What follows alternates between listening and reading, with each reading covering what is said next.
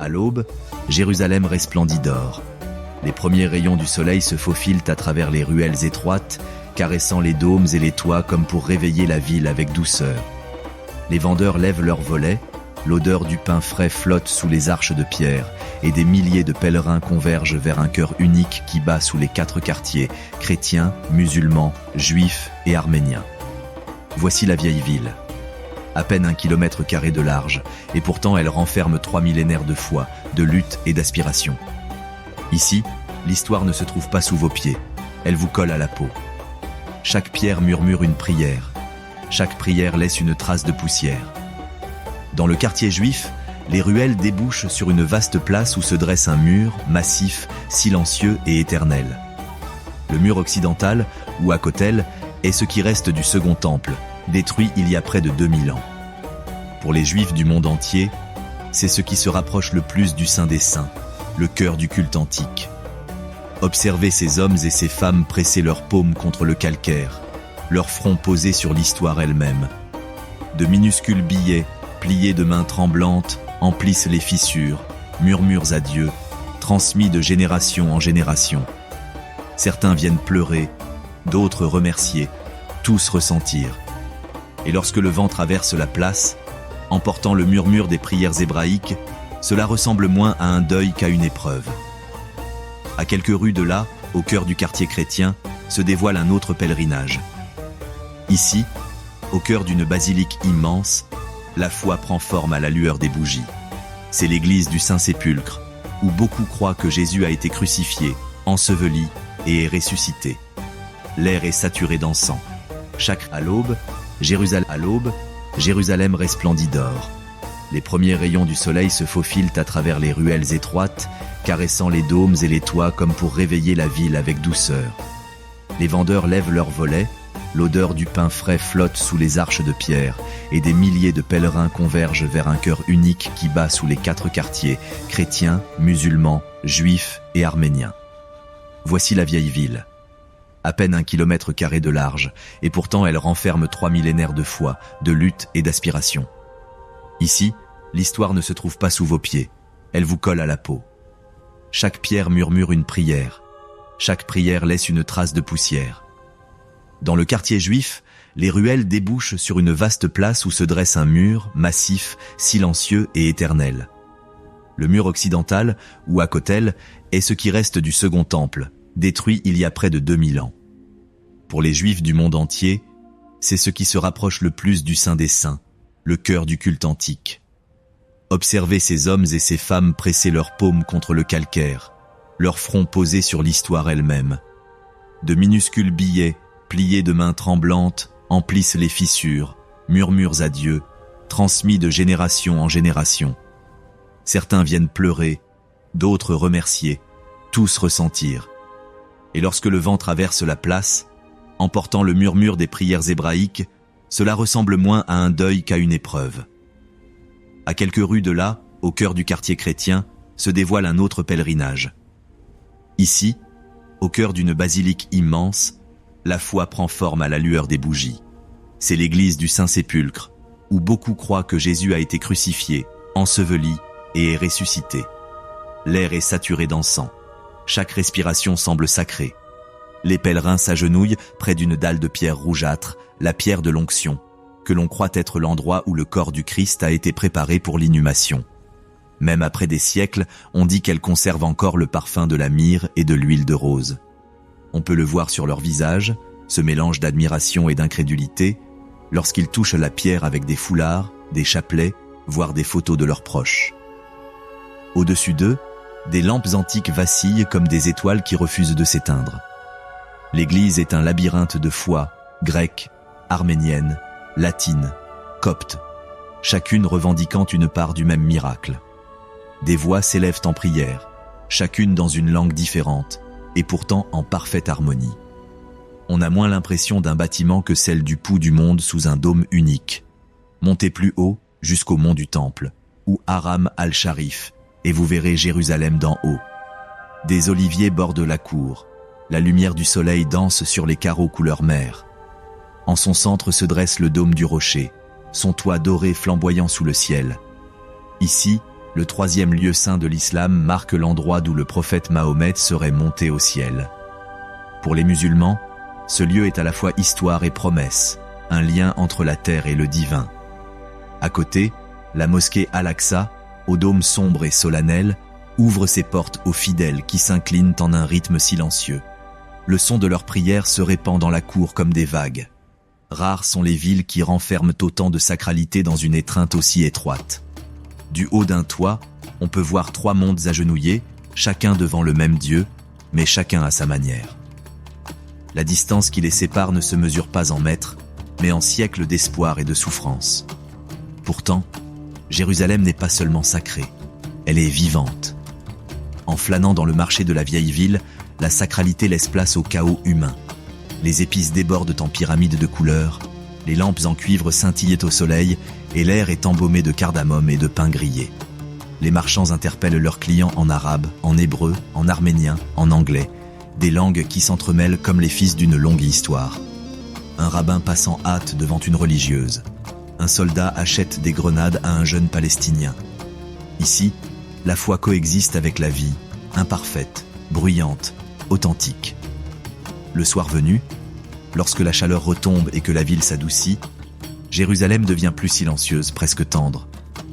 L'appel à la prière résonne depuis les minarets, auxquels répondent les cloches des églises et le bourdonnement des bougies du vendredi que l'on allume. C'est comme si la ville elle-même expirait, un soupir unique partagé par des millions de personnes. Jérusalem n'est pas une destination, c'est un point de rencontre de monde. Elle appartient à tous ceux qui croient et à personne qui puisse se l'approprier. Ses murs séparent et s'unissent, ses pierres se souviennent et pardonnent. Restez ici assez longtemps et vous commencerez à comprendre. Cette ville n'est pas seulement le berceau de la foi, c'est aussi le lieu où la foi continue d'apprendre à vivre. Au-delà des remparts dorés de la ville, le désert appelle immense, silencieux, éternel. Et notre voyage continue. Ici, le silence n'est pas vide, il est ancestral. Chaque souffle porte en lui le souffle des prophètes, des rebelles et des moines qui ont cherché un sens à leur existence dans le désert. Dans ces grottes, des bergers jetèrent jadis une pierre et entendirent l'écho de l'histoire. Ils découvrirent des rouleaux scellés dans des jarres d'argile cachés depuis 2 millénaires. Les manuscrits de la mer morte, fragments de foi, écrits par une communauté oubliée qui se nommait elle-même les Fils de la Lumière. Certains affirment que ces rouleaux étaient un message destiné à l'avenir, préservé jusqu'à ce que le monde soit prêt à les relire. Plus au sud se dresse Masada, le palais du roi Hérode transformé en forteresse de résistance. En 73 de notre ère, des rebelles juifs livrèrent ici leur ultime bataille contre Rome. Face à une défaite certaine, ils choisirent la mort plutôt que la reddition. Leur histoire résonne encore dans les vents qui encerclent ces murs, un cri de liberté gravé dans la pierre. Les archéologues ont découvert des réserves de nourriture encore scellées, comme en prévision d'une bataille qui n'a jamais eu lieu. Mais le désert n'est pas entièrement aride. À quelques kilomètres de là se trouve Ein Gedi, une explosion de verdure sur un fond beige infini. C'est ici que le roi David se cacha jadis de Saül, buvant à ces sources qui coulent encore aujourd'hui. Les bouquetins escaladent les falaises comme ils le faisaient il y a des milliers d'années, et l'air embaume le sel, l'acacia et la survie. Le désert de Judée est un paradoxe, aride et pourtant vivant, silencieux et pourtant empli des voix du passé. C'est là que la croyance a été écrite sur des rouleaux, éprouvés par le feu et renouvelés dans l'eau. Mais même le silence a une fin.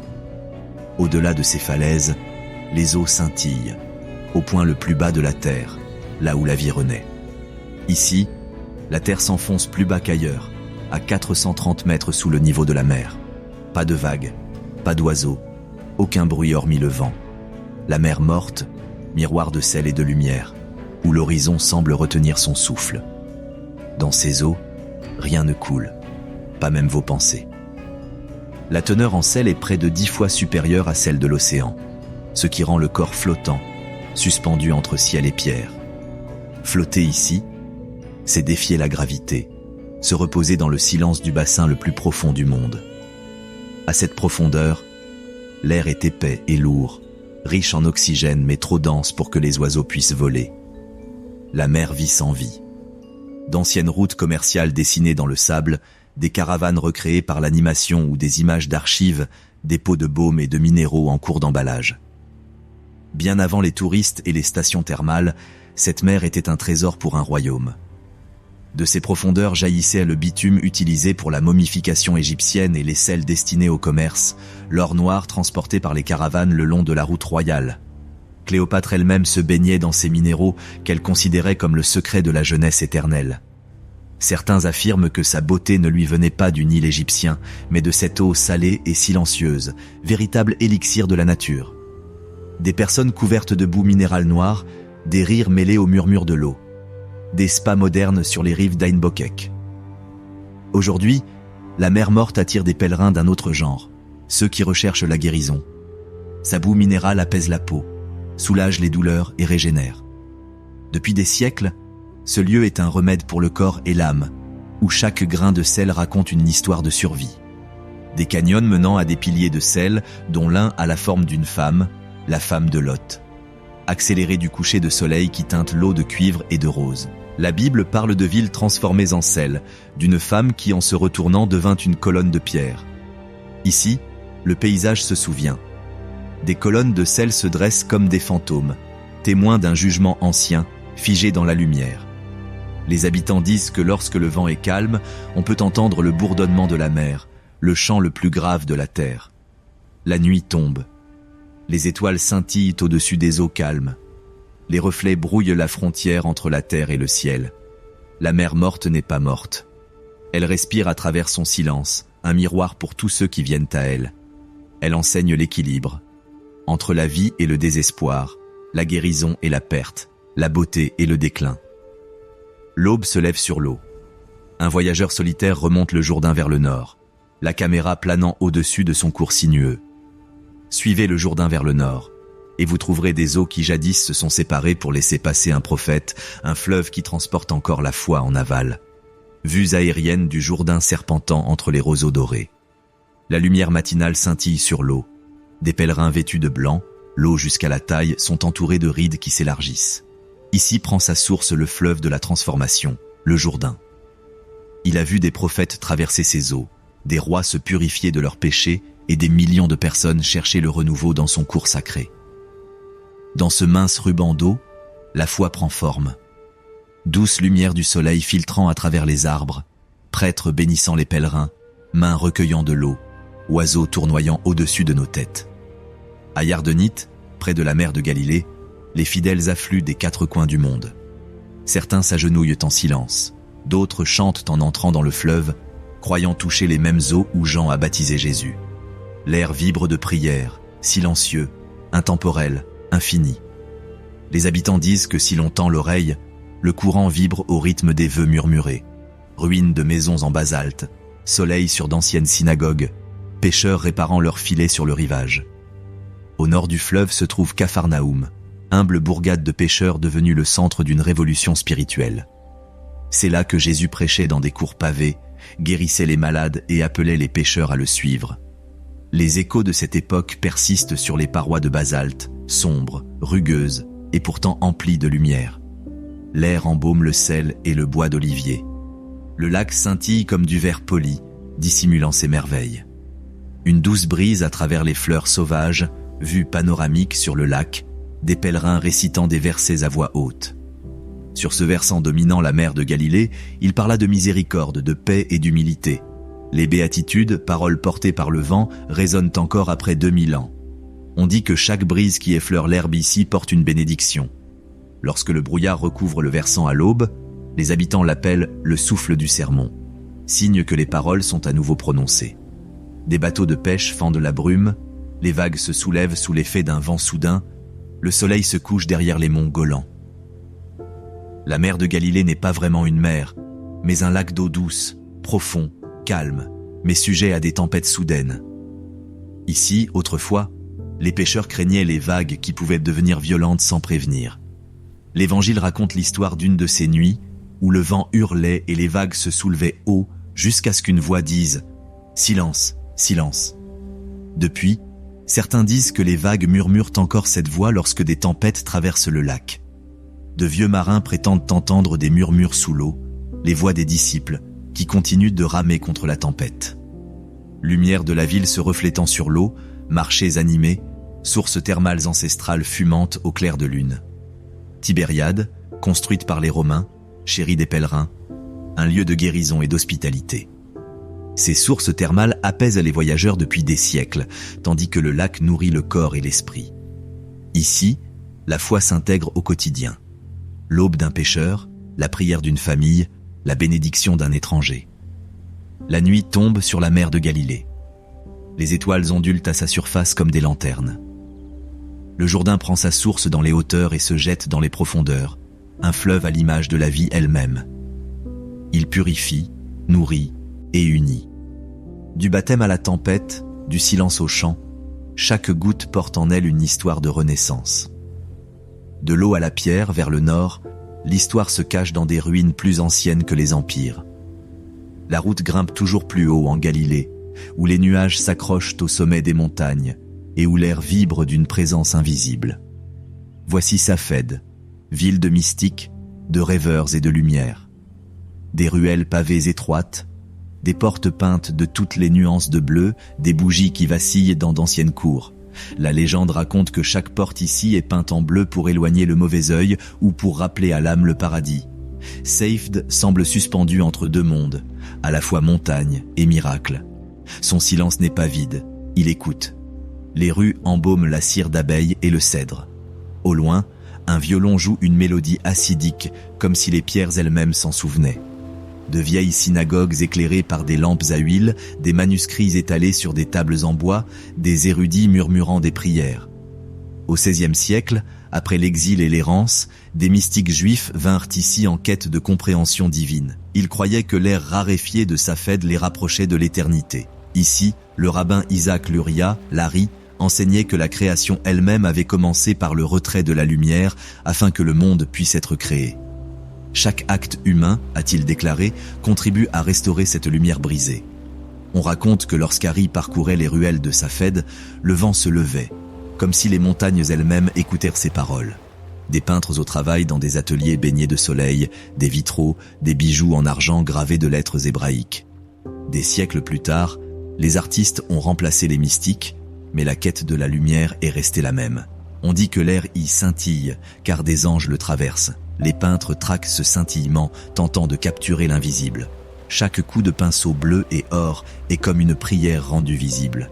Même les ombres de la ville semblent douces, disaient les habitants, car eux aussi ont été touchés par la lumière. L'aube se lève sur le mont Méron, les nuages déferlent au pied du sommet, d'anciens tombeaux parsèment les flancs. Au-delà de Safed se dresse le mont Méron, lieu de repos des sages. Certains soirs, des milliers de personnes viennent ici, munis de bougies et de chants, gravissant la montagne en pèlerinage. Ils croient que les âmes des justes se rassemblent ici, murmurant des bénédictions dans la brume. Plus on monte, plus l'air se raréfie et plus se fait sentir que le ciel est proche. Le soir tombe. Le ciel se teinte de violet, les lampes vacillent aux fenêtres bleues et la fumée s'élève comme de l'encens. Safed n'est pas une ville que l'on visite simplement, elle vous enveloppe. Chaque mur, chaque ombre recèle une histoire de désir, de compréhension, de proximité, de lumière. Dans ce silence, on commence à entendre l'écho de son propre cœur. La brume se dissipe, dévoilant des vallées verdoyantes et luxuriantes, parsemées de vignes et de vergers. Sur les pentes de Galilée, la terre verdoyante se couvre de vignobles, de vergers, et l'on entend le murmure de l'histoire. Perchée sur les hauteurs de Galilée, Nazareth est une petite ville ensoleillée, animée par les voix et le son des cloches. Jadis paisible village de tailleurs de pierre et de bergers, elle est devenue l'un des lieux les plus sacrés de l'histoire. C'est ici que la foi a pris naissance. On raconte que dans ces rues, où les oliviers se penchent sur les murs de calcaire, une jeune femme entendit un jour un ange lui parler. « Réjouis-toi, Marie, dit l'ange, car tu as trouvé grâce auprès de Dieu. » Et c'est ainsi que commença l'histoire qui allait changer le monde. Nazareth conserve encore ce silence, comme si l'air se souvenait du moment où l'éternité a fait irruption dans une maison ordinaire. Au cœur de la ville se dresse la basilique de l'Annonciation, un sanctuaire imposant construit à l'endroit même où, selon la tradition, le message de Gabriel fut délivré. À l'intérieur, des nations du monde entier ont offert leur représentation de Marie, toutes différentes, chacune reflétant la vision de la grâce propre à sa culture. Certaines la représentent avec des yeux comme la nuit du désert, d'autres avec des robes couleur d'aurore, Ensemble, elles forment une mosaïque de dévotion, le monde réuni sous un même toit. Les pèlerins s'agenouillent près de la grotte située sous l'autel, là où la pierre rencontre le silence. Ils murmurent des prières d'espoir et de gratitude, et parfois, des larmes tombent sur le sol même où Marie se tenait jadis. Nazareth enseigne que la foi ne commence pas par la puissance ou la grandeur, mais par une acceptation silencieuse. Depuis Nazareth, le chemin serpente vers le sud à travers des vallées et des oliveraies. Le même chemin qu'ont emprunté jadis Joseph et Marie. C'est un voyage de foi et de fatigue, de poussière et de détermination. Puis, les collines s'ouvrent sur Bethléem, la cité de David. Aujourd'hui, elle vibre de vie. Marchands ambulants interpellent leurs voisins, enfants jouent, cloches des clochers sonnent. Mais sous cette agitation se cache une quiétude intemporelle, figée dans la pierre et la lueur des bougies. Au cœur de Bethléem se dresse l'une des plus anciennes églises du monde, l'église de la Nativité. Construite au-dessus d'une grotte, elle marque le lieu où, selon la tradition, Jésus est né. L'entrée est petite, si basse que tout le monde, du pèlerin au patriarche, doit s'incliner pour entrer. À l'intérieur, l'air est imprégné de siècles d'encens et de chants. Sous l'autel, une étoile d'argent marque l'emplacement exact de la Nativité. Sa surface, polie par le contact de millions de mains, témoigne du nombre incalculable de personnes venues chercher un lien avec cette nuit d'antan. On dit que si vous fermez les yeux ici, vous pouvez presque l'entendre. Une berceuse maternelle, le léger bruissement de la paille, le battement de cœur de l'espoir. Nazareth et Bethléem, deux petites villes unies par une même histoire. L'une où une promesse a été faite, l'autre où elle a été tenue. Ensemble, ils nous rappellent que la foi commence souvent dans les lieux les plus humbles, dans un murmure, un voyage, une crèche. Aujourd'hui encore, les habitants de ces villages vivent au milieu des vestiges du sacré, et pourtant leur vie est aussi ordinaire que celle de n'importe qui d'autre, commerçants, bergers, étudiants, familles. Mais interrogez-les, et ils vous le diront. Le divin est toujours présent. Non pas dans les miracles, mais dans la bonté des inconnus, les rires des enfants et la persévérance de la prière. Sous l'autel de Bethléem, l'étoile d'argent porte une inscription latine. Ici est né Jésus-Christ de la Vierge Marie. Elle a été polie par des siècles de dévotion, ses arêtes adoucies par des doigts venus des quatre coins du monde. On dit que personne ne touche l'étoile sans y laisser quelque chose, une prière, une question, un morceau de soi-même. À Nazareth, une promesse fut prononcée. À Bethléem, cette promesse prit forme. Entre eux se trouve le chemin que chaque croyant emprunte, de la foi à l'accomplissement, de l'espoir à la lumière. Les cloches sonnent dans les deux villes, se mêlant au loin. Et tandis que leurs échos s'estompent dans les collines, on réalise que ce n'est pas seulement l'histoire d'une foi, c'est l'histoire de la quête sans fin de l'humanité pour trouver un sens à sa vie. Une quête qui renaît dans chaque cœur qui ose croire. La Méditerranée a toujours été plus qu'une mer, elle est une conteuse d'histoires. Ses marées ont porté des prophètes, des pirates, des pèlerins et des poètes vers les mêmes rivages dorés. Ici, la terre respire le sel et la légende, et chaque vague semble murmurer une arrivée. De Jaffa à Acre et jusqu'à Césarée, la côte est un véritable port vivant de l'histoire humaine, un point de rencontre où l'Orient salue l'Occident et où la foi rencontre la fortune. Avant que la silhouette de Tel Aviv ne se dresse sur le sable, il y avait Jaffa, l'un des plus anciens ports du monde. Ces pierres évoquent les Égyptiens, les Phéniciens et les flottes du roi Salomon. C'est par ce port que les cèdres du Liban étaient expédiés pour la construction du premier temple. Des siècles plus tard, des pèlerins venus de toute l'Europe débarquaient ici, embrassant la terre avant leur longue marche vers Jérusalem. Mais l'histoire de Jaffa n'est pas seulement biblique, elle est mythique.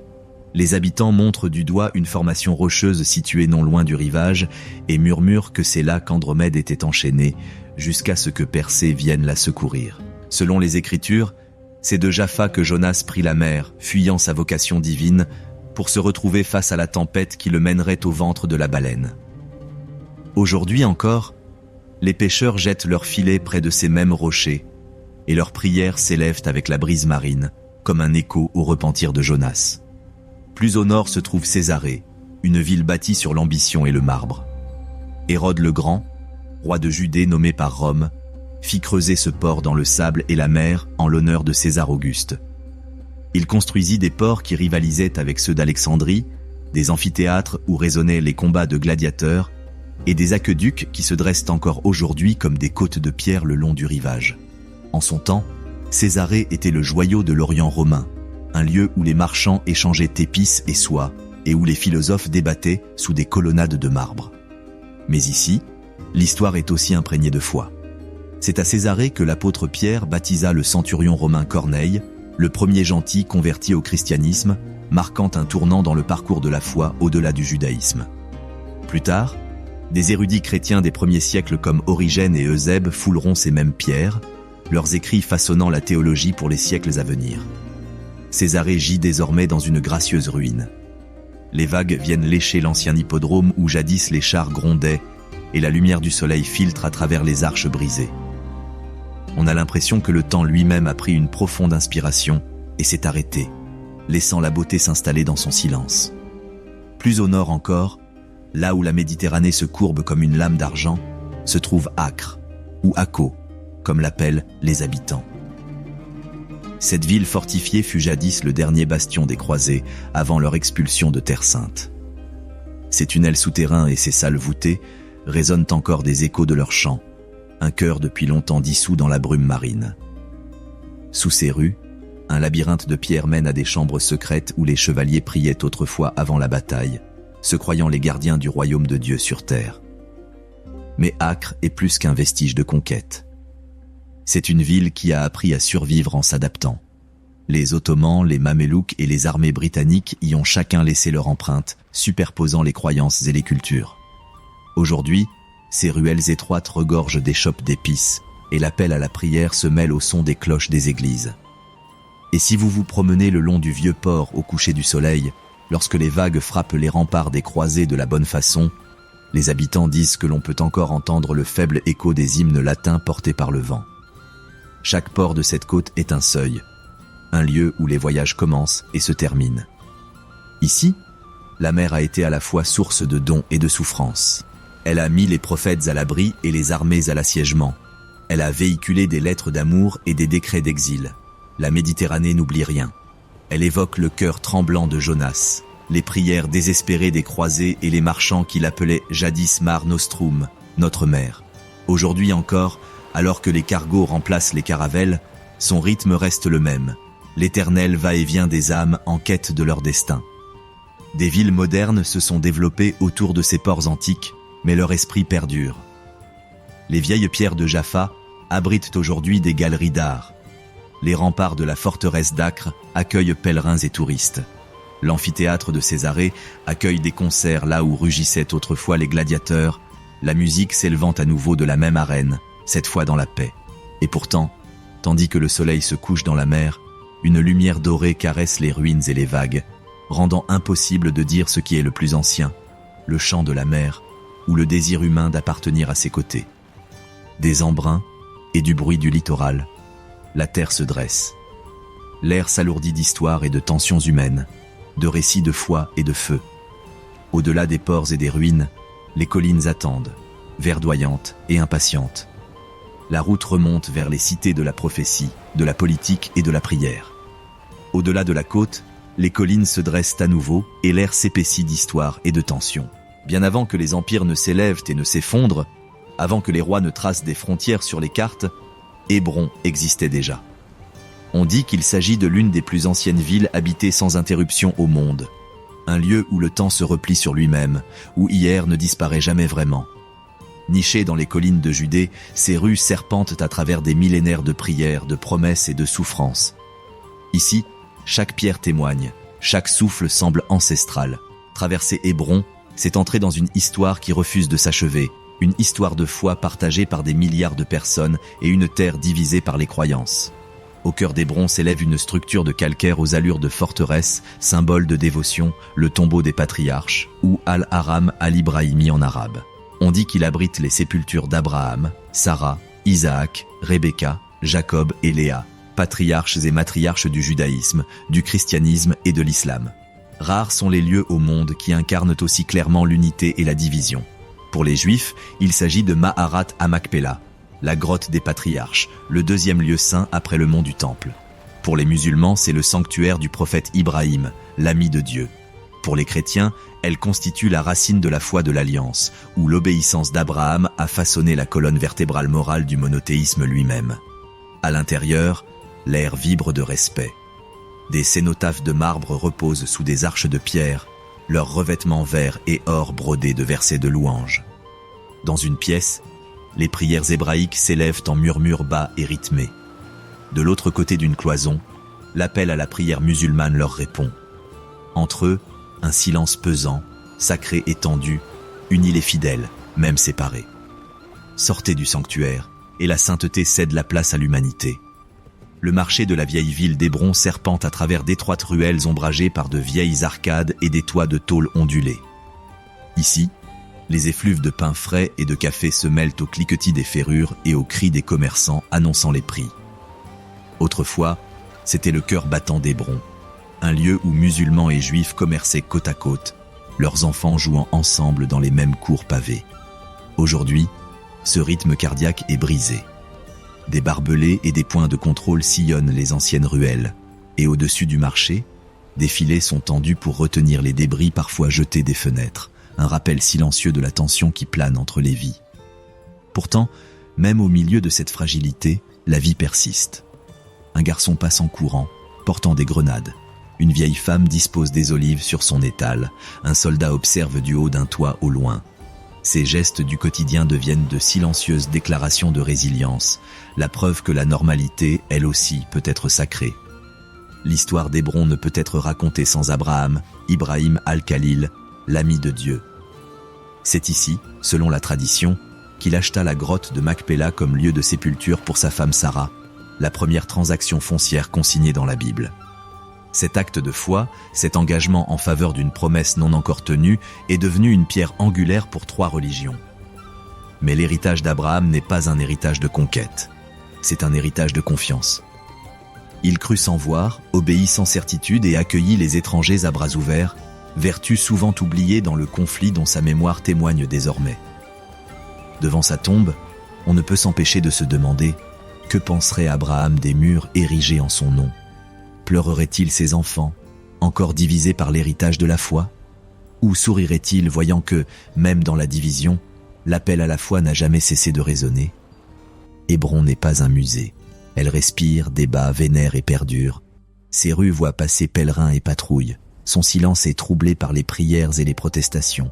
Il y a des jours où l'appel du muezzin s'élève au-dessus des toits, rejoint au loin par les cloches des églises, une harmonie éphémère qui transcende tous les murs. Et puis il y a des jours où l'air se resserre et où la peur s'installe comme de la poussière dans les ruelles. Pourtant, sous tout cela, les collines conservent la mémoire, non seulement de ce qui divise, mais aussi de ce qui a commencé ici, la croyance en un seul Dieu, une seule alliance, une seule humanité partagée. En ce sens, Hébron est moins une ville qu'un miroir, reflétant le meilleur et le pire de la foi, le poids et la splendeur de l'histoire. Rares sont les villes qui ont aussi obstinément conservé leur passé jusqu'à nos jours. Des archéologues mettent au jour des poteries cananéennes à 2 pas des habitations modernes. Des bergers mènent leurs troupeaux le long d'anciens murs. Les pèlerins continuent d'arriver, la tête baissée, murmurant les mêmes prières qu'il y a des millénaires.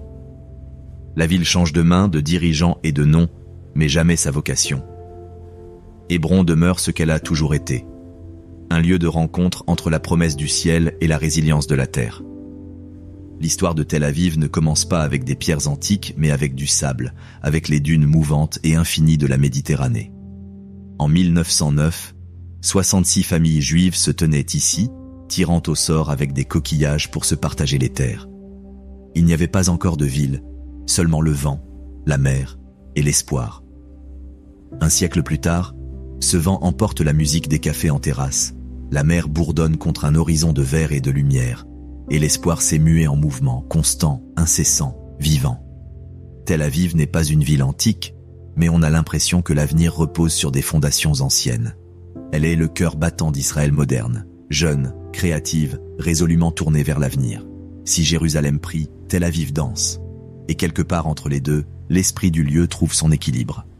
Le cœur de Tel Aviv resplendit de blancheur sous le soleil. La ville blanche, comme on l'appelle, abrite plus de 4000 bâtiments de style Bauhaus, un nombre unique au monde. Conçu par des architectes juifs allemands ayant fui l'Europe dans les années 1930, Ces édifices incarnent une vision de la simplicité moderne. Toits plats, balcons incurvés, fenêtres ouvertes, où la lumière et la fonctionnalité priment sur l'ornementation. Aujourd'hui, ces bâtiments constituent un site inscrit au patrimoine mondial de l'UNESCO, non seulement pour leur beauté, mais aussi pour ce qu'ils représentent. La renaissance par le design, le refuge transformé en créativité. En parcourant le boulevard Rothschild, on peut encore ressentir ce mélange de tragédie et de renaissance. Ces survivants arrivés sans rien qui ont reconstruit leur identité à partir de béton et de courage. C'est une architecture qui respire la résilience, une ville qui s'est construite elle-même depuis l'exil. Tel Aviv ne dort jamais vraiment. Le jour, la ville bouillonne d'innovation. Des start-up poussent comme des champignons dans des tours de verre, des ingénieurs programment en sirotant leur café, des rêveurs esquissent des idées qui finiront par atteindre la Silicon Valley. On l'appelle la Startup Nation, et Tel Aviv en est le cœur battant. La nuit venue, la même ambiance se transforme. Des guitares résonnent le long de la plage, des rires fusent des bars sur les toits, les vagues déferlent au clair de lune tandis que des personnes venues de centaines de nations se retrouvent sur le même sable. C'est la ville où la religion s'efface et où l'individualité occupe le devant de la scène. Vous découvrirez des marchés débordants de couleurs, comme le marché Carmel, où flotte un parfum d'agrumes et de za'atar, et où des artistes de rue transforment des murs délabrés en galeries d'art, symboles de résistance et d'espoir. Les voix hébraïques, arabes, anglaises et russes se mêlent en une mélodie urbaine unique, chaotique, humaine et absolument envoûtante. Mais l'histoire de Tel Aviv ne peut exister sans Jaffa, sa jumelle antique. Plus ancienne que Rome et mentionnée dans des manuscrits égyptiens, Jaffa fut jadis la porte d'entrée de la Méditerranée, le port d'où Jonas aurait appareillé avant d'être avalé par le grand poisson. Ces orangerais, dont le parfum embaumait le littoral, firent jadis la renommée de la ville. Aujourd'hui, ces ruelles pavées abritent des ateliers d'artistes, des mosquées, des églises et des cafés, où des familles juives et arabes se côtoient, partageant houmous, café et conversation. C'est une coexistence fragile, parfois paisible, parfois tendue, mais bien réelle. Jaffa et Tel Aviv ne sont pas opposées. Elles sont comme des miroirs. L'une ancienne et marquée par le temps, l'autre dynamique et moderne. Ensemble, elles racontent une seule et même histoire, celle du passé et de l'avenir de cette terre, qui doivent apprendre à partager le même air. Dans les tours de Tel Aviv, l'avenir vibre à chaque coin de rue. Startups en intelligence artificielle, laboratoires de biotechnologie et pionniers des énergies renouvelables redéfinissent le champ des possibles. Pourtant, au milieu de toute cette innovation, une question demeure. Que signifie être moderne dans un pays si ancien ? Ici, les jeunes Israéliens vivent entre contradictions, services militaires et beach-volley, prières et protestations, identité et liberté. Les cafés se transforment en lieux de débat, les plages en scènes d'expression. Ce n'est pas une ville qui cache ses tensions, elle s'en nourrit. Les graffitis qui recouvrent les murs de Tel Aviv ne sont pas du vandalisme, c'est une voix. Il est écrit « Nous sommes encore en train de devenir ». Chaque coup de pinceau, chaque fresque est une déclaration que l'histoire de ce pays est encore en train de s'écrire, en pixels, en poèmes, en peinture. L'énergie de Tel Aviv est contagieuse, mais elle cache aussi une certaine introspection. La ville sait que la paix est fragile, que chaque instant de fête est teinté d'incertitude. Pourtant, elle choisit la joie, elle choisit le mouvement, elle choisit la lumière. Le long de la promenade, on croise des couples de personnes âgées flânant au coucher du soleil, leurs petits-enfants courant vers les vagues. La mer, indifférente et éternelle, reflète le même horizon qu'apercevaient les marins il y a des milliers d'années, désormais encadré par des gratte-ciel plutôt que par des voiles. C'est dans ce reflet que réside la vérité de Tel Aviv. Ce n'est pas une ville qui cherche à fuir son passé. C'est une ville qui ose vivre au-delà. Mais l'histoire ne s'arrête pas là. Elle revient là où convergent toutes les prières. L'aube. Les premiers rayons du soleil caressent la Galilée, teintant l'eau d'argent et d'or. Des pêcheurs glissent leurs barques sur les eaux calmes, ces mêmes eaux qui jadis reflétaient des miracles. Le vent emporte avec lui le parfum de la terre, des olives et de l'histoire. Au loin, à Jérusalem, les cloches résonnent dans les ruelles étroites. Les pèlerins cheminent dans des couloirs de pierre, leurs bougies vacillant contre des murs témoins d'innombrables larmes. Chaque pas est une prière, chaque murmure, un souvenir. À Bethléem, une mère fredonne pour son enfant. À Nazareth, les marchés s'éveillent. Couleurs, voix et épices se mêlent en une douce musique. À Hébron, l'appel du muezzin s'élève avec le soleil levant, résonnant entre les maisons bâties sur les vestiges du passé. Et sur la côte, Tel Aviv s'anime,